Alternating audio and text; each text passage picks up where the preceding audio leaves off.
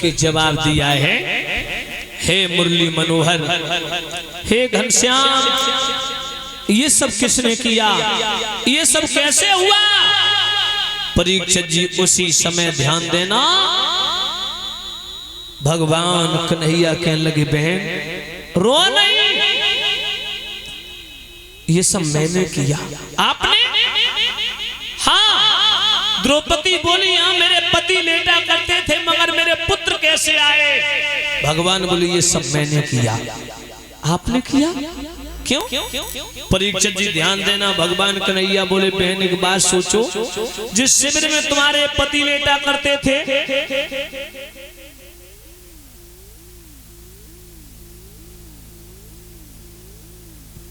बहनाओ ध्यान देना, जैसे ही द्वारकाधीश कन्हैया ने कहा, बहन एक बात सोचो, जिस शिविर में तुम्हारे पति लेटा करते थे, उसी शिविर में आज तुम्हारे पुत्र लेटे। जो दशा तुम्हारे बच्चों की हुई, अगर इसी शिविर में तुम्हारे पति लेटे होते, तो जो हाल तुम्हारे पुत्रों का हुआ, वही हाल तुम्हारे पांचों पतियों का होता। मैंने तुम्हारे सिंदूर और स्वाग की रक्षा करने के लिए सब मैंने किया। भीम ने गदा उठाई, परीक्षित जी, अर्जुन ने गांडीव, और कहा, द्रौपदी उस कमीन का नाम बता, कौन है वो नालायक, कौन है वो हत्यारा, कौन है वो दुष्ट दानव जो मेरे दुधमो बच्चों को मार डाला?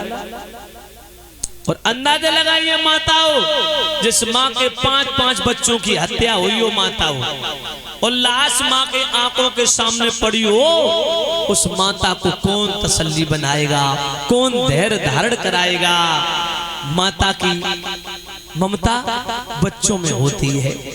माँ हर विपत आपत्ति मुसीबत से टकरा जाएगी, अपने बच्चों के ऊपर कभी कष्ट नहीं आने देगी। माताओं, अगर बच्चे के बदन में जरा सी खरोंच भी आ जाए, तो भी माँ का हृदय व्यथित होता है, बेचैन होता है, व्याकुल होता है। माँ की जगह परीक्षित जी दुनिया में कोई नहीं ले सकता। माता निर्माता भवती, माता ही बच्चे का लालन पालन करती है, माता निर्माण करती है, माता ही बच्चे का भरण पोषण करती है। माता पिता के लिए शरीर की चमड़ी तरबा करके जूतियां बनवा दी जाएं, फिर भी उनके ऋण से हम आप ऋण नहीं हो सकते।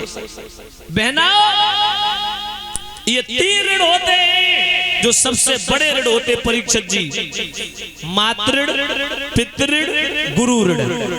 माता का ऋण, पिता का ऋण, गुरु का ऋण, ये 3 नहीं उतर सकते कभी जीवन में।